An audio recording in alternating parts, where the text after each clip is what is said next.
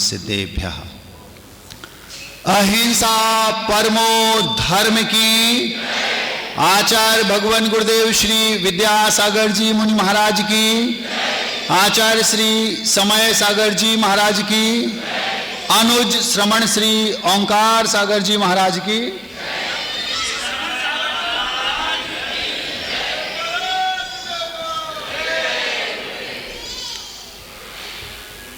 ये अभी से हटा लो। ये कौन है? बच्चे हल्ला कर रहे हैं, उसको बाहर ही ले जाओ भैया, वो काम बनेगा नहीं। ले जाओ बाहर, ले जाओ बाहर ही ले जाओ, है ना। ध्यान रखेंगे सब, है ना। इसका इससे गड़बड़ होती है।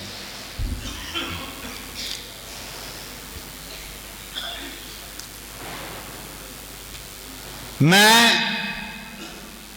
आप लोगों के हाथों में हथकड़ियां डलवाना चाहता। महाराज क्या कर रहा है? कुछ गड़बड़ हो गई। पूरी बात सुन लो। लोहे की नहीं, सोने की। महाराज थोड़ी मोटी डलवाना, जल्दी डलवा दो। जैसे ही हमने कहा हम आपके हाथों में हथकड़ियां डलवाना चाहते हैं, सबके हृदय में एक अलग टाइप की अनुभूति हुई। जैसे ही हमने कहा सबके चेहरे की रंगत बदल गई। पता नहीं हमने क्या अपराध कर दिया। महाराज हथकड़ियां डलवाना चाहते हैं। और एक पल बाद हमने जब जैसे ही दूसरा सेंटेंस बोला कि लोहे की नहीं सोने की, आपकी रंगत फिर बदल गई। महाराज हथकड़ियां डलवाओ तो पहले हमें। क्यों? सोने की है। और महाराज मोटी डलवाइयो, जितनी मोटी डलवाओगे उतना ज्यादा सोना मिलेगा। एक पल नहीं लगा, बात वही थी, केवल आपने उसका अर्थ समझा। पहले कुछ और बाद में कुछ और, आपकी रंगत बदल गई। हमने 6 डाला में पढ़ा है, पाप पुण्य मिल दो पायन बेड़ी डाले। बड़ा दुख होता है जब इसका वास्तविक अर्थ हम नहीं समझ पाते। आज का वक्तव्य बहुप्रतीक्षित था। कई लोग बहुत दिनों से प्रतीक्षा कर रहे थे, महाराज जी पुण्य है। आज का विषय थोड़ा सा स्वाध्यायशील लोगों की दृष्टि से है, क्योंकि हम रोज रोज बच्चों की दृष्टि से परोसते हैं। आज हमने सोचा थोड़ा स्वाध्यायशील लोगों की दृष्टि से परोसा जाए। कहा जाता है महाराज जी बेड़ी तो बेड़ी है, चाहे पुण्य की हो, चाहे लोहे की हो और चाहे सोने की हो। बेड़ी तो बेड़ी है। अगर बेड़ी तो बेड़ी ही है, अगर बेड़ी तो बेड़ी ही है, तो लोहे की बोली तो आपके चेहरे की रंगत कुछ और थी, और जैसे ही सोने की बोली आपकी रंगत कुछ और हो गई। इसका मतलब क्या? बेड़ी में अंतर है। लोहे की बेड़ी आपके हाथों में डलवाना चाहते हैं। अगर हम इतना बोल दें आपसे तो आप भक्तियां तानने लगोगे, पता नहीं क्या हो गया, या तो भय लगेगा या डर लगेगा, पता नहीं क्या हमसे अपराध हो गया। और जैसे ही हमने कहा कि सोने की, तो आप कह रहे महाराज थोड़ी मोटी डालियो। इसका मतलब क्या? इसका मतलब है कि लोहे की बेड़ी और सोने की बेड़ी में महान अंतर है। एक अलग दृष्टि से लोहे की बेड़ी और सोने की बेड़ी में समानता है। वो दृष्टि बहुत अलग है। जिस कंडीशन में आप जी रहे हैं, जिस स्तर पर, जिस स्टेज पर आप अभी हैं, वहां तो जितना लोहे की बेड़ी और सोने की बेड़ी में अंतर है आपकी दृष्टि में, उतना ही अंतर हमें इसमें मानना पड़ेगा। लोगों ने एक पक्ष को लिया और सबके सामने ये प्रस्तुत करना शुरू कर दिया, बेड़ी तो बेड़ी है, चाहे लोहे की हो चाहे सोने की। पाप और पुण्य दोनों, पाप और पुण्य महाराज दोनों इक्वल हैं। मैं भी मानता हूं इक्वल हैं, लेकिन कब? उसकी कंडीशन बहुत अलग है। अभी वर्तमान में आप पाप और पुण्य में महान अंतर है। आज समय थोड़ा सा कम है, हम बिना किसी भूमिका के सीधे आपको कुंडलपुर लिए चलते हैं। बड़े बाबा के दर्शन किए। हम लोग बड़े बाबा के दर्शन करके नीचे आए। 2021 की बात है। 5 महाराजों का चातुर्मास चल रहा था। चातुर्मास के बीच में अकोला की एक फैमिली आई। अकोला आप समझते होंगे भारत में ही है। अकोला की एक फैमिली हमारे पास आई। 35-36 वर्ष का उसका पति था और 1-2 वर्ष और छोटी उसकी पत्नी थी। मतलब एकदम न्यू कपल थे, 2-4 साल विवाह को हुए होंगे। हमारे पास आए और हम सर आकर बोलते हैं, महाराज जी 2 मिनट का समय चाहिए। हमने कहा क्या बात है? हम अपने नीचे संत भवन में नीचे कक्ष में बैठे थे, 2 मिनट का समय चाहिए। हमने कहा बात क्या है? हम अभी स्वाध्याय कर रहे हैं। महाराज जी हम लोगों को जाना है, लेकिन बहुत बड़ी जिज्ञासा दिमाग में भरी है, आप उस जिज्ञासा का समाधान कर दें तो।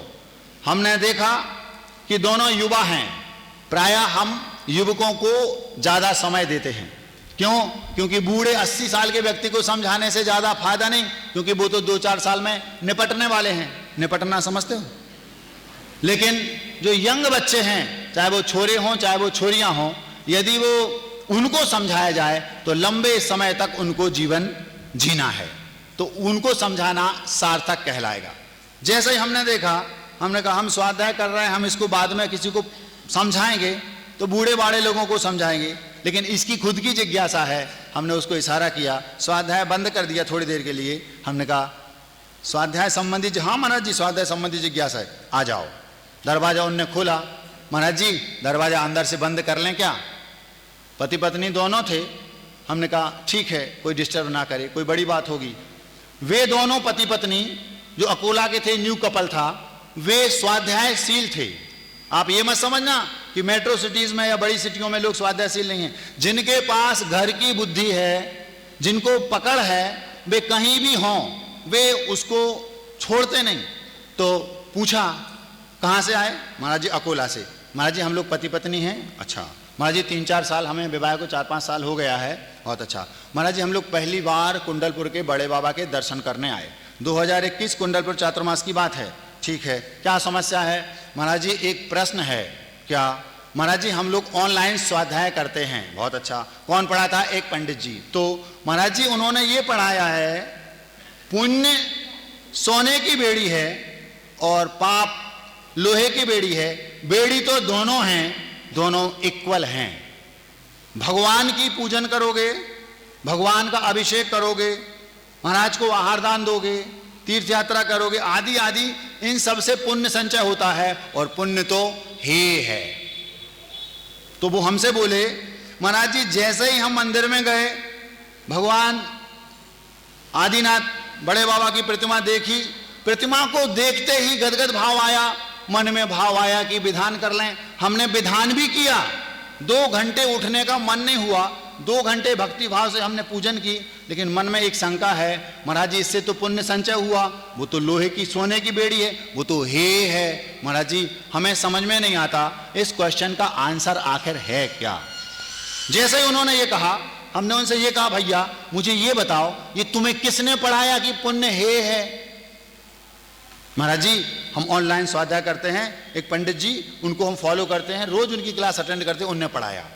तो हमने कहा तुमने उनसे पूछा कि पुण्य कब है?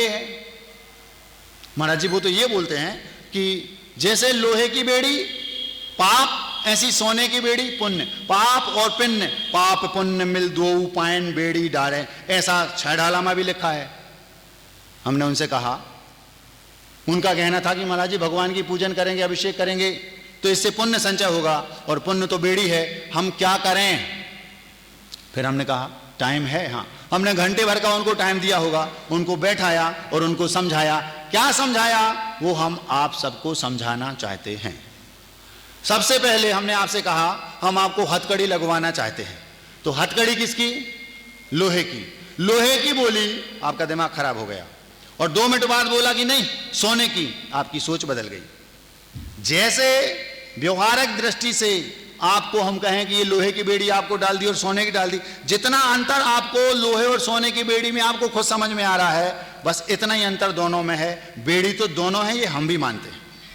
अथवा हम यूं कहें पुण्य हे है, पाप तो हे माने त्याजने योग्य, छोड़ने योग्य, लेकिन जैसा पाप छोड़ने योग्य है ऐसा पुण्य भी छोड़ने योग्य है। लेकिन कब है इसका आपको अभी बोध नहीं है। कब है वो आज के इस वक्तव्य का विषय है। एक मिथ्या दृष्टि जीव अगर उसको सम्यक दर्शन को पाना है तो उसको पुण्य चाहिए।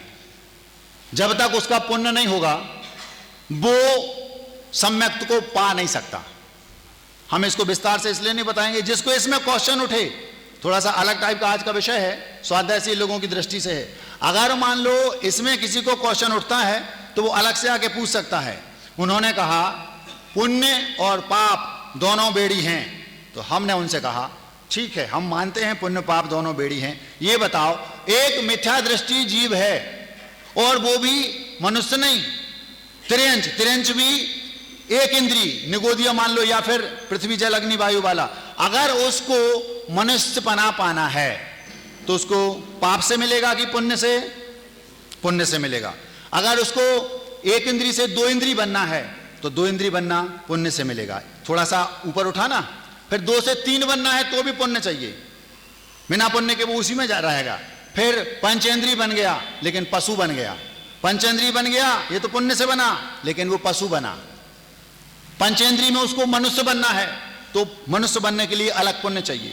मनुष्य में भी उच्च गोत्री नीच गोत्री, वो नीच गोत्री है वो दीक्षा नहीं ले सकता, उसको उच्च गोत्री बनना, तो ये भी पुण्य से बनेगा, पुण्य से। उसके बाद अभी वो मनुष्य है, अच्छे परिवार से है, दिमागदार है, संगी है, पंचेंद्रिय मनुष्य है, सर्वगुण संपन्न है, सुंदर है, ये सब पुण्य से था।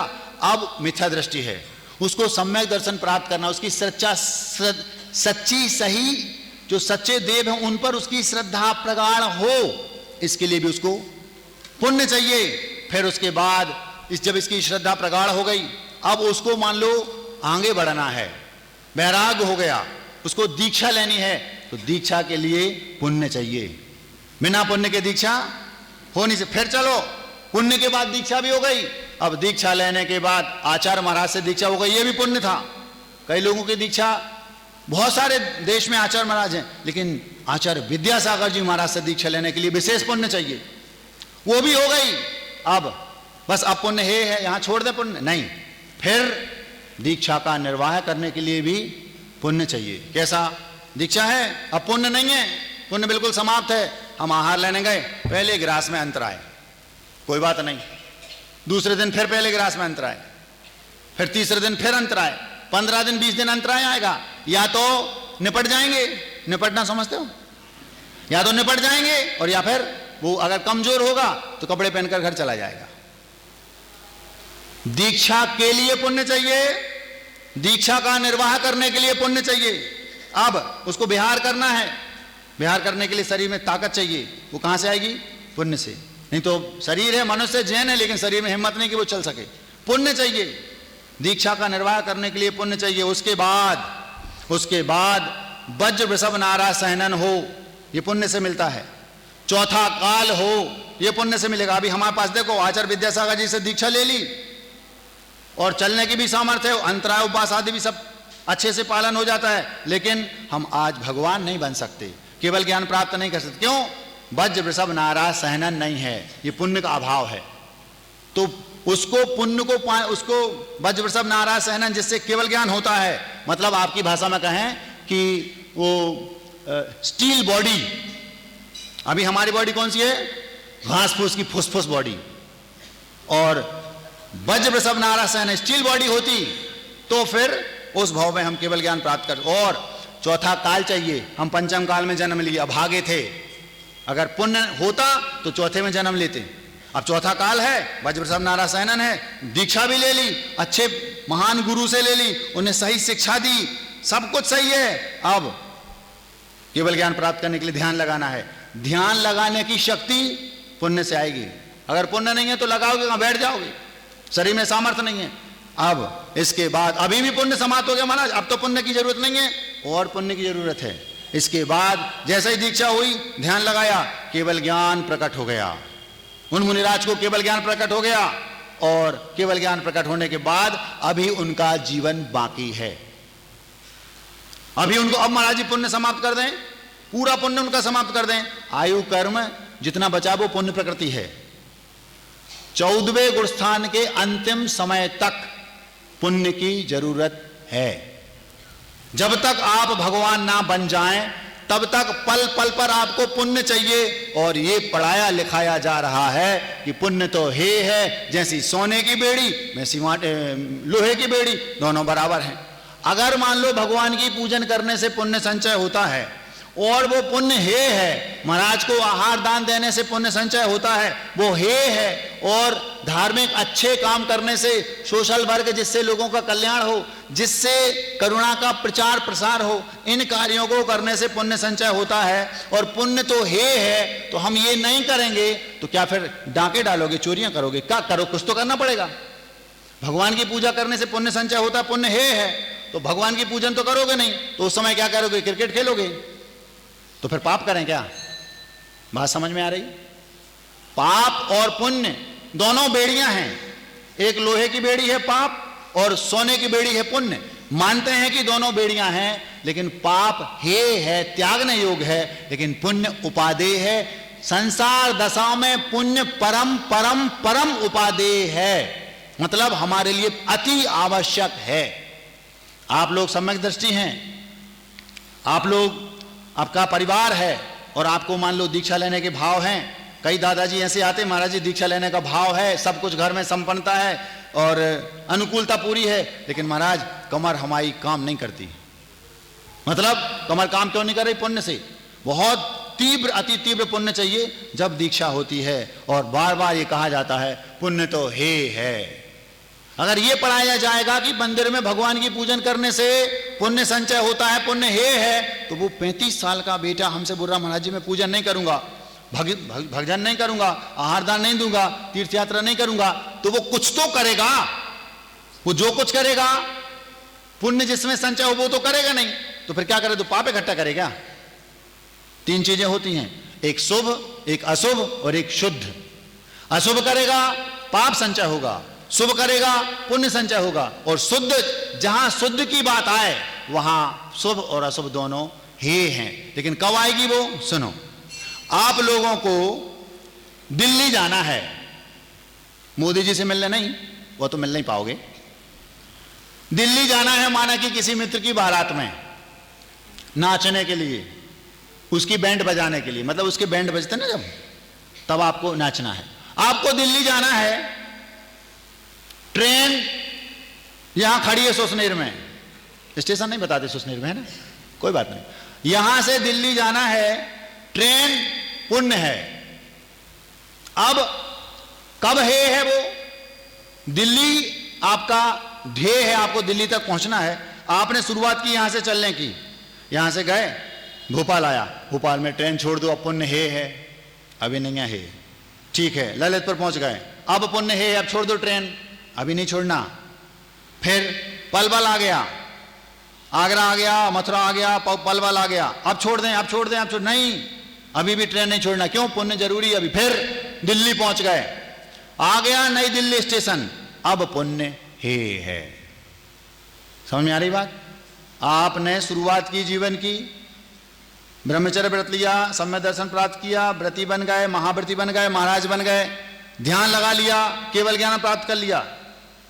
अब आपका जो अभी आयु कर्म है उसको आपको 14वें गुण स्थान के अंतिम समय तक उसके साथ जीवन जीना। अब तक वो भी पुण्य प्रकृति है, 14वें गुण स्थान में जो प्रकृतियां बची हैं वे सब की सब पुण्य प्रकृतियां हैं। अभी भी पुण्य, महाराज जी तो वो पुण्य उनको संसार में रखे है, वो उन्होंने इकट्ठा जो किया था यहां तक लाने के लिए है, अब वहां पुण्य को छोड़ दो। दिल्ली पहुंच गया, स्टेशन आ गया, अब पुण्य है। अब अगर उस ट्रेन में बैठे रहोगे तो आप कभी दिल्ली नहीं पहुंच पाओगे। कब तक पुण्य जरूरी है? जब तक हमारी मंजिल नहीं आ जाती। मंजिल के एक कदम पहले तक पुण्य चाहिए। अगर हमारे पास पुण्य नहीं है हम वहां पहुंच ही नहीं सकते। कैसे? अभी समझ में आता है। पाप कीचड़ है, कीचड़। आपके हाथ में कीचड़ लग गया, कीचड़ को काहे से धोगे? पानी से। तो कीचड़ है पाप, उसको पुण्य रूपी पानी से धो। अब पानी को काहे से धोगे? बताओ। कीचड़ को आपसे धो लिया काहे से? पानी से। तो हमारा जो पाप था हमने उसको पुण्य से धो लिया।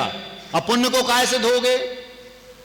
10वें गुण स्थान के अंतिम समय में पुण्य का जो सातावेदनी कर्म है उसका जो अनुभाग बंद होता है, मतलब आपकी सरल भाषा में कहें, कोई मुनिराज हैं उनको पूरे जीवन में सर्वाधिक पावरफुल पुण्य इकट्ठा होता है। सर्वाधिक पावरफुल पुण्य किसको? आपको तो हो नहीं सकता। ब्रह्मांड में सर्वाधिक जो पुण्य प्रकृति है पावरफुल, सबसे ज्यादा सातावेदनी का अनुभाग इकट्ठा अगर किसी का होता है तो वो होता है मुनिराज को। वो भी आज के मुनिराज को नहीं, जो चतुर्थ काल में श्रेणी आरोहण कर रहे, ध्यान केवल ज्ञान होने के जस्ट पहले, जब वे 10वें गुण स्थान में हैं, उन मुनिराज को सबसे पावरफुल पुण्य इकट्ठा होता है।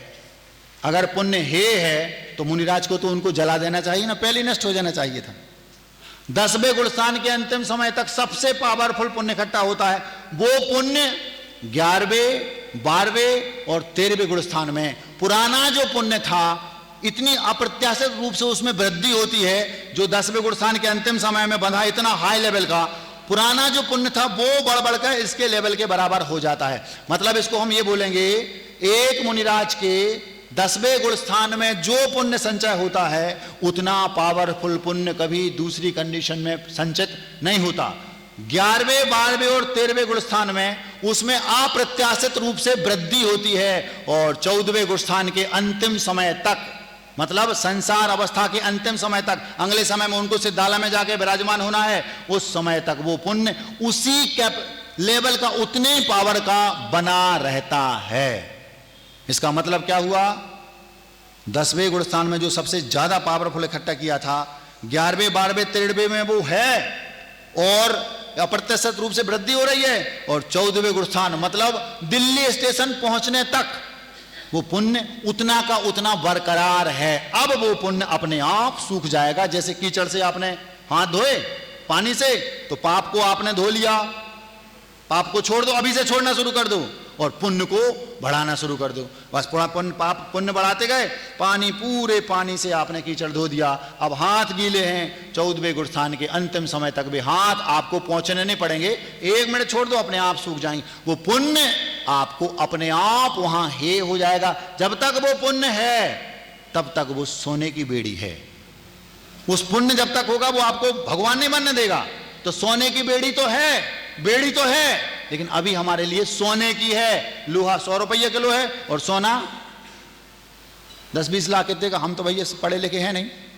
हाँ, इतना अंतर है। इसलिए जो लोग ये पढ़ा रहे हैं, पढ़ रहे हैं, बच्चों को बरगला रहे हैं कि पुण्य है, हम भी मानते हैं पुण्य है। जब तक पुण्य और पाप की एक कणिका भी बची रही तब तक वो व्यक्ति भगवान नहीं बन सकता। लेकिन कब तक है, कब है? दिल्ली पहुंचने के बाद ट्रेन रूपी पुण्य है। जब तक दिल्ली स्टेशन नहीं आ जाता तब तक पल पल पर पुण्य चाहिए। इसलिए जो कह रहा है भगवान की भक्ति करने से पुण्य संचय होता है, भगवान की पूजन करने से पुण्य संचय होता है, और पुण्य तो है, ये तो सब पुण्य की क्रियाएं, इनको मत करो, तो वो उस समय क्या करेगा?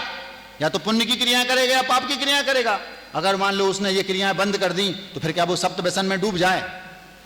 अगर आप लोग कहीं विहार कर रहे हो, आप लोग तो प्राय पैदल विहार नहीं करते, गाड़ियों से करते, लग्जरी गाड़ियों से।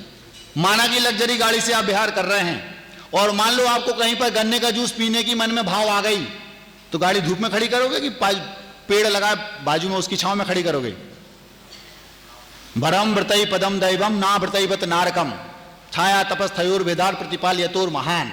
आज का विषय आप लोगों के लेवल से थोड़ा सा हटके है, जो स्वाध्यायशील लोग हैं उनके दृष्टि का है, लेकिन ये आपके जीवन में भी कभी ना कभी उठ सकता है। इस श्लोक में लिखा है, व्रतों का पालन करके स्वर्ग में जाकर के जीवन बिताना श्रेष्ठ है, अव्रतों का पालन करके नरक में जीवन जीने की अपेक्षा। जैसे कोई पथिक जा रहा है और उसको विश्राम लेना है, तो वो धूप में खड़े होकर विश्राम ले रहा, इससे अच्छा है वो पेड़ की छाया में खड़ा हो जाए। तो पुण्य पेड़ की छाया है। हाँ, जब तक उस पेड़ की छाया को छोड़ करके आगे नहीं बढ़ोगे, आप अपनी मंजिल तक पहुंच नहीं सकते। ये तो हम भी मानते हैं। बात समझ में आई? इस सभा में बैठा कोई भी व्यक्ति ये बता दे कि किसी भी तपस्या से कर्म कटते हों। कौन से? पुण्य कर्म। क्या कहा? फिर से सुनो। इस सभा में कोई भी स्वाध्यायशील व्यक्ति ऐसा बैठा हो जो एक भी ग्रंथ का एक भी श्लोक, एक भी पंक्ति बता दे कि किसी भी तपस्या में इतनी ताकत हो आपके 8 कर्म हैं, 8 कर्मों में कुछ पुण्य प्रकृतियां हैं, कुछ पाप प्रकृतियां। जितनी हम तपस्या करते चले जाएंगे उतने हमारा पुण्य कटता कटता कटता कटता चला जाए, पाप कटता कटता चला जाएगा। जितनी स्पीड में पुण्य घटे, पाप घटेगा, उतनी उससे कई गुनी ज्यादा स्पीड में पुण्य बढ़ेगा। जैसे जैसे कोई मुनिराज चिर दीक्षित होते चले जाते हैं, वैसे वैसे वैसे उनका पुण्य बढ़ता जाता है। जितने चिर दीक्षित मुनिराज होंगे उनके प्रति आपके हृदय में एक अलग ही श्रद्धा होगी, उनके प्रति आपके हृदय में एक अलग ही भाव होगा। क्यों? पुण्य, उनका पुण्य बढ़ा। आप लोगों को याद हो, एक 50-55 साल पहले आचार्य विद्यासागर जी महाराज कुंडलपुर में आए थे।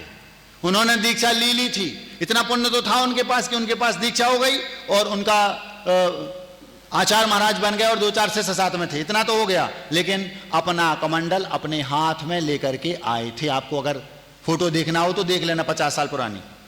50 वर्षों में उन्होंने साधना की। साधना से कर्म कटते हैं। 50 सालों में वे सारे कर्म काट लेते, सारे कर्म काट लेते, लेकिन उन्होंने क्या किया? कर्म तो उनके कटे, लेकिन पुण्य बढ़ा। अगर पुण्य कटता होता तो 50 साल बाद आज अगर आचार्य विद्यासागर जी कुंडलपुर में पहुंचे तो लाखों की भीड़ उनके सामने खड़ी। ये भीड़ ही उनको परेशान कर रही। एक बार की बात है, आचार्य श्री बोल रहे थे, मैं अपने पुण्य से परेशान हूं। क्या कहा? आचार्य विद्यासागर जी बोले, ये पुण्य मुझे चौके में खाने नहीं देता शांति से। हम अगर आहार करने जाएं चौके में, क्या होगा? 2, 4, 10, 25, 50 लोग ज्यादा से ज्यादा। और अगर गुरुदेव पहुंच गया, फिर अगर उसका 3 सेट का घर है तो समझ लो मिट गया, होड़ फाड़ देंगे लोग। कभी देखा आचार्य श्री का जहां आहार होता था तो वो कहते थे, ये पुण्य मेरा उबाल मान रहा है, ये पुण्य मुझे खाना नहीं देता शांति से। अब तो आदत सी हो गई ऐसे कि जब तक वो 10-20 लोग भड़बड़ाएं ना, 2-4 को चाटा पाटा ना करें, 2-4 3 सेट ना भड़बड़ाएं, ये बर्तन जब तक उनका आहार ही नहीं होता था। क्यों? यहां से लोग चीत रहे हैं, वो कर रहे हैं जबरदस्ती घुसने, वहां से कर रहा है, यहां से कर रहा है, महाराज लगे हैं, पुलिस लगी, सब लेतम पेट चल रहा है। वो कहते हैं, मैं क्या करूं, मेरा पुण्य मुझे शांति से खाने नहीं दे रहा। लेकिन वो हेयरिंग है, उस पुण्य के बल पर ही आज उन्होंने इतना ज्यादा दुनिया भर में अपना परचम लहराया। उनका अपना नहीं, धर्म का। अगर देखो, हम ये इसलिए हमने कहा, अगर पुण्य और पाप दोनों कर्म है, मैं भी मानता हूं कर्म है, लेकिन दोनों इक्वल हैं, तो जैसे जैसे साधना बढ़े पुण्य और पाप दोनों घटने चाहिए ना। लेकिन पाप तो समाप्त होता चला जाता है और पुण्य उसी स्पीड में बढ़ता चला जाता है। और इसका सीधा साधा प्रत्यक्ष उदाहरण है, ग्रंथों में स्पष्ट सिद्धांत ग्रंथों में लिखा है, 10वें गुण स्थान किसका होगा? मुनिराज का। आपका तो हो नहीं सकता 5वें से ऊपर। अब उन मुनिराज का पुण्य उस समय जो छपक श्रेणी में सबसे ज्यादा पुण्यात्मा है, उस समय उनका पुण्य ऐसा बढ़ता है झमाझम। 14वें गुण स्थान के अंतिम समय तक वो पुण्य वैसा का वैसा बना रहता है। इसका मतलब क्या? इसका मतलब यह है, किसी भी तपस्या से पुण्य नहीं कटता, नहीं कटता, नहीं कटता। जितनी तपस्या करेगा साधु, उसका पाप नष्ट होगा और पुण्य बढ़ता चला जाएगा। क्यों बढ़ रहा? ये पुण्य अंतिम समय तक साथ देगा। इसलिए जिस स्टेज में आप हैं उस स्टेज पे आपको पुण्य है नहीं है, परम उपादेय है। आपको बिना पुण्य के आपका काम नहीं चलेगा। आपका विवाह होगा पुण्य से, बच्चे होंगे पुण्य से, बच्चे आज्ञाकारी होंगे पुण्य से, दुकान चलेगी पुण्य से, पत्नी अच्छी होगी पुण्य से, रिश्तेदार अच्छे होंगे पुण्य से, मंदिर में जो चमक धमक है, मंदिर में जो एक प्रकार से पॉजिटिविटी है, वो भी आपके पुण्य से। क्यों? सब कुछ अच्छा मिलेगा किससे? आपके पुण्य से। वो पुण्य कहां से आएगा? वो पुण्य आप भगवान की भक्ति करेंगे उससे आएगा। अब हमने कह दिया पुण्य है, आपने भक्ति छोड़ दी, अब आप पुण्य आपके पास है नहीं, तो फिर क्या किसी के साफ करोगे क्या? हमें धूप में खड़े होकर के समय बिताने से अच्छा है छाया में खड़े होकर के समय बिताएं। हाँ, उनके लिए बात अलग है कि वे पुण्य का दुरुपयोग कर रहे हैं। मान लो आपके पास पुण्य है, पुराना पुण्य था, आपने पुण्य पूर्व में किया होगा, उससे आपको मान लो आप धनाढ्य हैं और आप उसका आपने ठेका ले लिया। ये क्या बोलते वो पौए समझते हो? तुम कहां से समझते हो? अच्छा, उसका ठेका ले लिया। ठेका समझते हो? ठेका मतलब वो नहीं, ठेका मतलब वो दुकान होती है ना वो शराब की। अब आप मान लो जैन हैं, धर्म बहुत पुण्यशाली हैं और आपने वो ले लिया और वो चल भी रहा है, ये पुण्य का दुरुपयोग कर रहे हैं आप। ये पापानुबंधी पुण्य है, इससे पाप का अनुबंध होगा, नरकों में आपको ले जाएगा। तो इस कंडीशन में तो ऐसा पुण्य अच्छा नहीं। लेकिन अगर आपको जीवन में सुख शांति से जीना है, पर पल पल पर पुण्य चाहिए। एक दिन हमने आप लोगों को बताया था, यदि आपको दो लोगों को चोरी करने भेज दिया जाए तो चोरी करने के लिए जो चोरी में माल मिलेगा वो पुण्य से, भीख मांगने भेज दिया जाए तो पुण्य नहीं है, तो भीख में भीख भी नहीं मिलेगी। दुकान चलेगी पुण्य से, भीख मिलेगी पुण्य से, चोरी में माल मिलेगा पुण्य से। इसलिए जो लोग ये कहते हैं पुण्य और पाप दोनों इक्वल हैं, दोनों बेड़ियां हैं, बस अंतर इतना एक सोने की एक लोहे की, तो आप क्यों लोहे की बेड़ी का बोला तो मुंह बना लिया और सोने की बेड़ी का बोला तो खिल गया चेहरा, ऐसा क्यों? हम कहते हैं हम आपको बेड़ी डाल रहे हैं लोहे की सोने की, तो वो कह रहा है महाराज थोड़ी मोटी वाली डालना, और हम कह रहे हैं लोहे की डाल रहा है तो भाग रहा है। जब दोनों इक्वल हैं तो तुम्हें क्या दिक्कत, लोहे की डलवा लो? नहीं, जितना अंतर लोहे की और सोने की बेड़ी में आज आपकी नजर में है उतना ही अंतर पुण्य और पाप में है। ये बात गांठ बांध लो अपने दिमाग से। उन बच्चों को जो अकोला के थे हमने उनको समझाया, बेटा आपको जो बताया गया है वो बात तो सही है कि पुण्य और पाप दोनों बेड़ी हैं, लेकिन आपको यह नहीं बताया गया कि जो पुण्य है वो कब है माने छोड़ने योग्य। अंतिम समय तक पुण्य चाहिए, संसार अवस्था के अंतिम समय तक पुण्य चाहिए। यदि पुण्य नहीं है आप भगवान बन ही नहीं सकते। बिना पुण्य के दीक्षा का निर्वाह हो ही नहीं सकता। आपको अपना घर का लौकिक जीवन जीना है, वो जीवन भी आप बिना पुण्य के जी नहीं सकते। इसलिए जितने भी पुण्य के कार्य हैं, सारे पुण्यों के कार्यों को ढूंढ कर कैसे होते हैं उनको करो। क्या कार्य है महाराज पुण्य संचय करने के? भगवान की भक्ति, पूजन, स्वाध्याय, आहार दान, तीर्थ वंदना और सोशल वर्क, जिनसे करुणा के काम हैं जो, वे सब पुण्य के काम हैं। आपको आपकी अवस्था में परम उपादेय पुण्य है। आपकी दृष्टि से तो कभी भी है ही नहीं। हमारी दृष्टि से कब है? जब हम बिल्कुल भगवान बनने के अंतिम पायदान पे हैं। अब पुण्य को भी छोड़ दो, छोड़ना नहीं हमें, वो पुण्य हमें वहां तक ले जाएगा।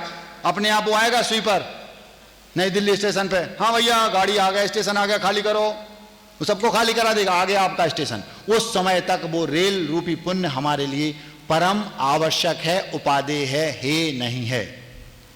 एक गाथा पढ़ी थी हमने, गाथा थी सम्माइठी पुण्यम न होई संसार कारणम नियमा मोक्षस हेउम होई यदि निदानम न कुणई।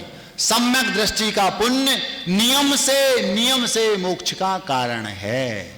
एक व्यक्ति को सम्यक दृष्टि है, अगर वो पुण्य संचय कर रहा है, किससे होगा पुण्य संचय? आपको बता दिया, इन कामों से। जितने भी अच्छे काम हैं उन सब से पुण्य इकट्ठा होता है। वे सारे अच्छे कामों से पुण्य इकट्ठा होगा, वो पुण्य हमें मंजिल तक पहुंचाएगा। एक व्यक्ति के पास खटारा गाड़ी है और उसको मान लो यहां से इंदौर जाना है, और एक बस व्यक्ति के पास रॉल्स रॉयस है और एकदम एक्सपर्ट ड्राइवर बैठा है। अब वो भी जा रहा है, ये भी जा रहा, दोनों जा रहा है, और खटारा गाड़ी 20 जगह पंचर होगी, 4 जगह पेट्रोल खत्म होगा, पता नहीं क्या क्या होगा, और ये चकाचक गाड़ी से जा रहा है और दोनों को जाना इंदौर है। बस यही हाल है। एक पुण्यशाली महाराज हैं, उनको वहां तक जाना है, वे खट्टे से पहुंच जाएंगे आराम से रॉयल्स रॉयस में, समझ में आ गया। और एक बिल्कुल हीन पुण्य वाले हैं, खटारा गाड़ी, तो क्या होगा, परेशानी होगी कि नहीं? इसलिए पुण्य से वो रॉयल्स रॉयस मिली है। पुण्य की चाह नहीं रखना कि मैं दीक्षा लूं पुण्य इकट्ठा करूं, वो तो होगा ही। मैं कितनी भी तपस्या करूं, जितनी तपस्या करूंगा उतना पाप नष्ट होगा और पुण्य बढ़ेगा। हमें पुण्य नहीं चाहिए, होगा ही नहीं ऐसा।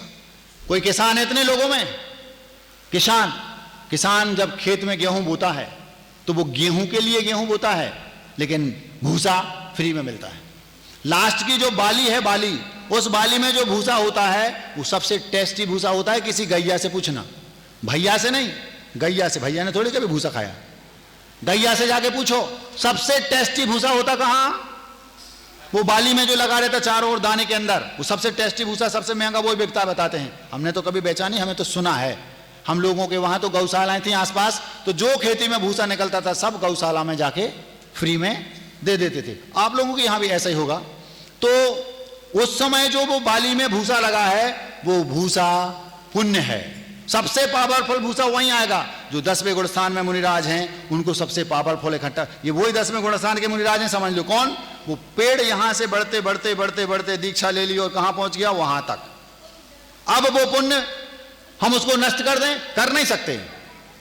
एक तीर्थंकर का जो समोसरण है वो समझ लो बाली का भूसा है, सबसे पावरफुल पुण्य।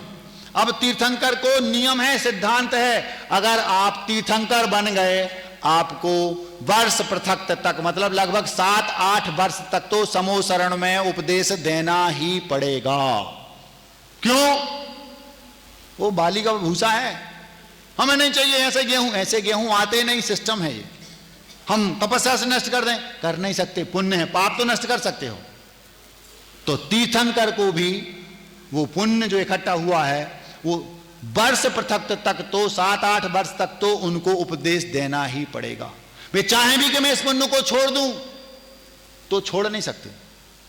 आप कल्पना करो, केवल ज्ञान हो गया किसी महाराज को और वे गंधकुटी में लगा है। अब तीर्थंकर महोदय आपको 8 साल तक ये भरी सभा में प्रवचन देने ही पड़ेंगे। हम नहीं देंगे, हम तीर्थंकर हैं, हमें तो सीधा आयु खत्म करो, मोक्ष भेजो।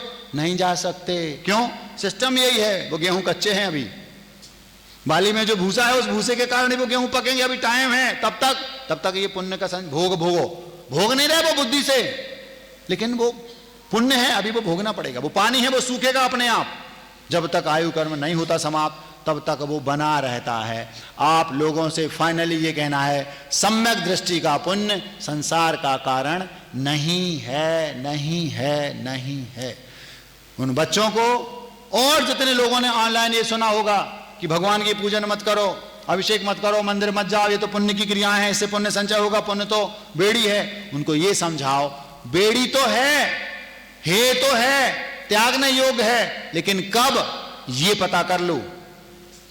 आपने गेहूं लिए और खेत में गए बोने को, कब बोने थे?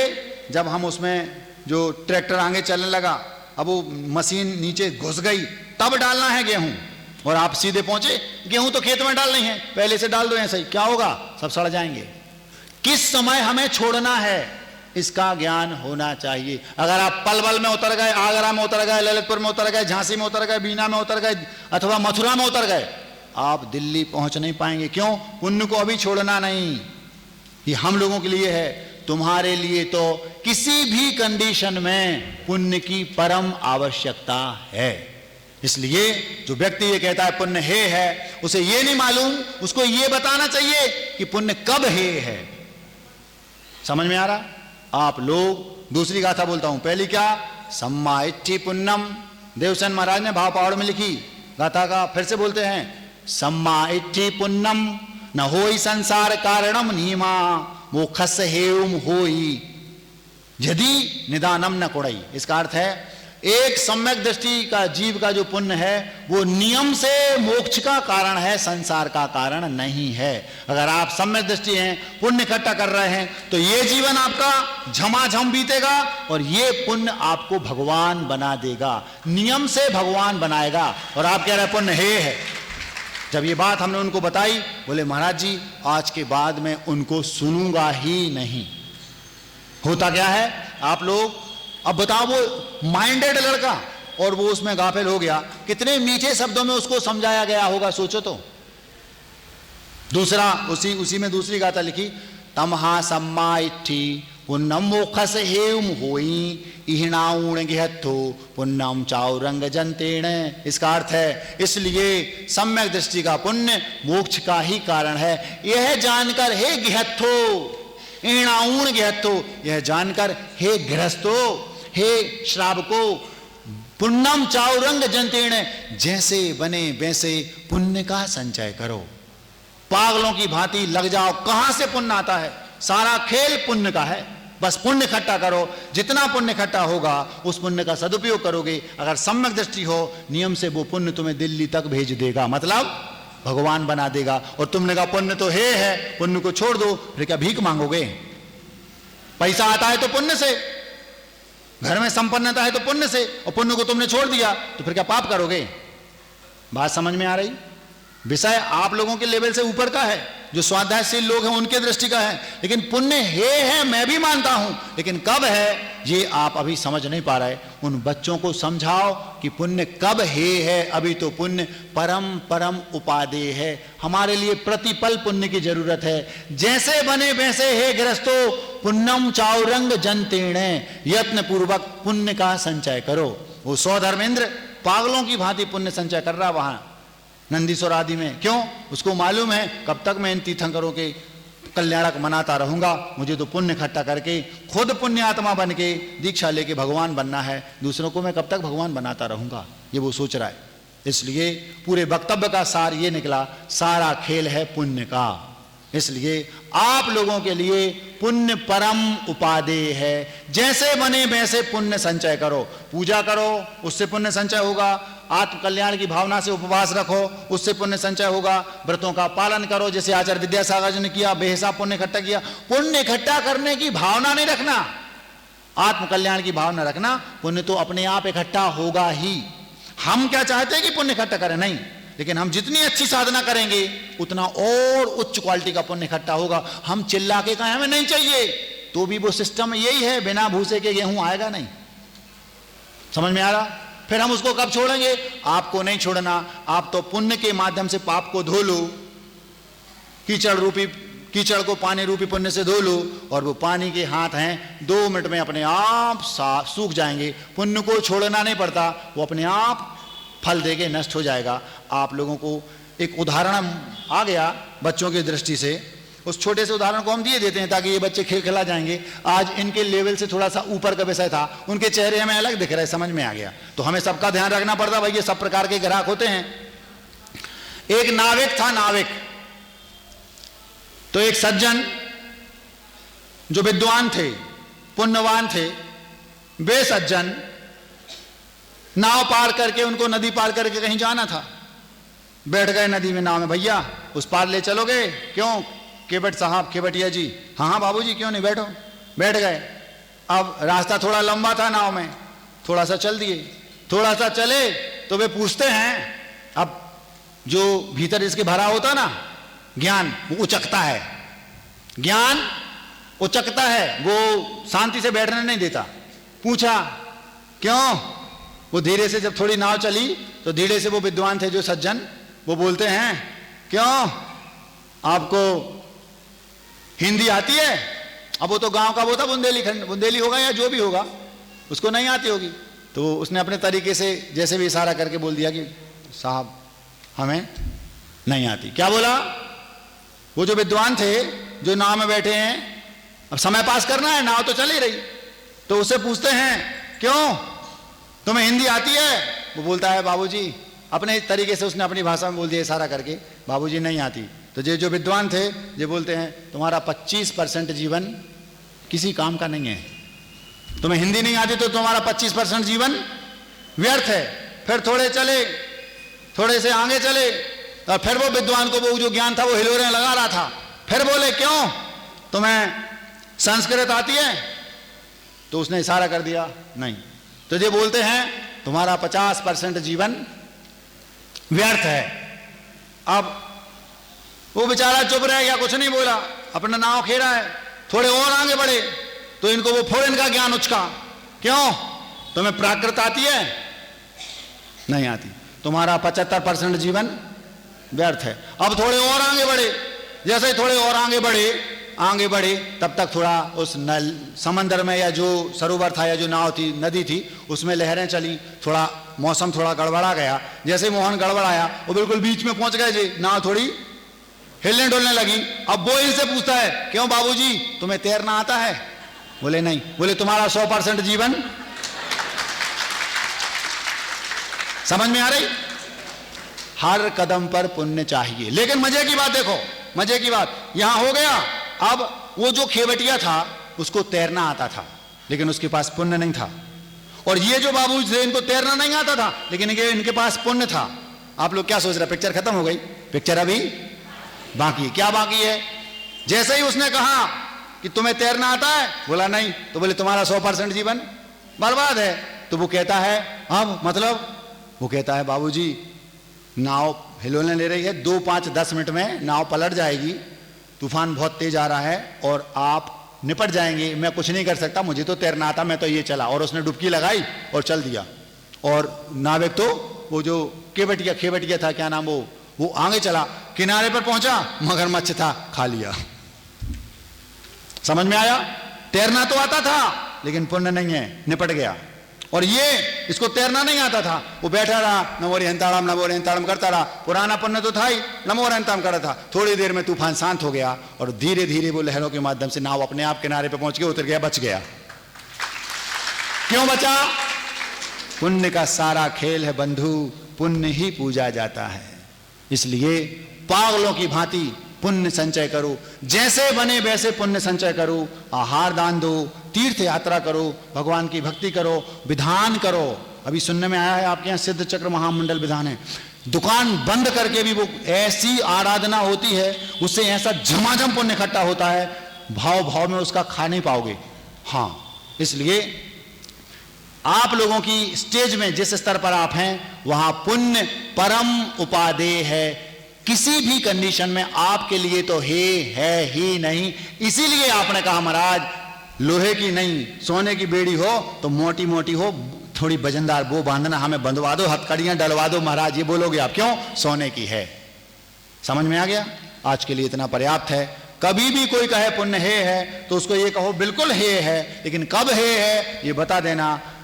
अंतिम समय तक पुण्य उपादेय है नहीं, पुण्य नहीं होगा भगवान नहीं बन सकते। हमने आपको बहुत सारे उदाहरण दे दिए, 2, 3, 4 उदाहरण हमारे दिमाग में और हैं, इसको बहुत स्पष्ट किया जा सकता है, लेकिन चूंकि आप लोगों में बहुत कम लोग स्वाध्यायशील बैठे हैं, उनको हम अलग से अपने कक्ष में समझा देंगे। आपका समय हो गया।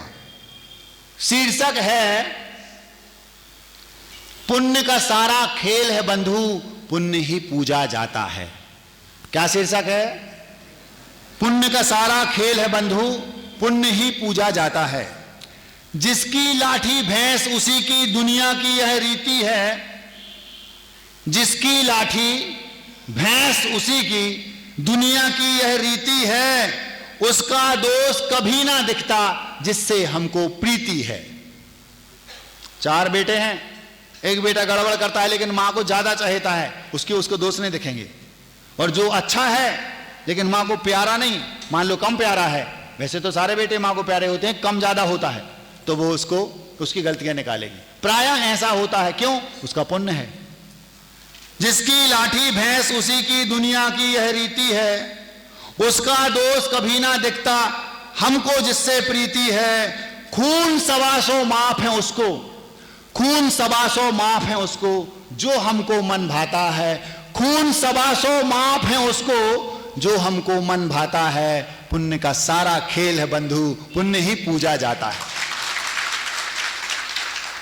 बिना पुण्य के भीख न मिलती, बिना पुण्य के भीख न मिलती, पुण्य बिना कोई सीख न मिलती। हम तुम्हें सिखा रहे हैं, पुण्य नहीं है तुम्हारा, तुम्हारे दिमाग में बैठेगा ही नहीं। क्यों? पुण्य चाहिए। गुरु की बात को आत्मसात करने के लिए भी पुण्य चाहिए, समझने के लिए भी पुण्य चाहिए। वो समझेगा ही नहीं, क्यों? पुण्य ही नहीं है उतना। बिना पुण्य के भीख न मिलती, पुण्य बिना कोई सीख न मिलती। पुण्य साथ तो जग अपनाए और पुण्य नहीं तो सगे पराए।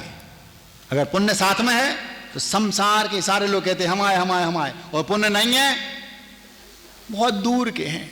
हम खजुराहो में थे, एक महिला आई और हमसे बोलती महाराज जी नमोस्तु। हाँ महाराज जी हम आपकी 18वें नंबर की मौसी हैं।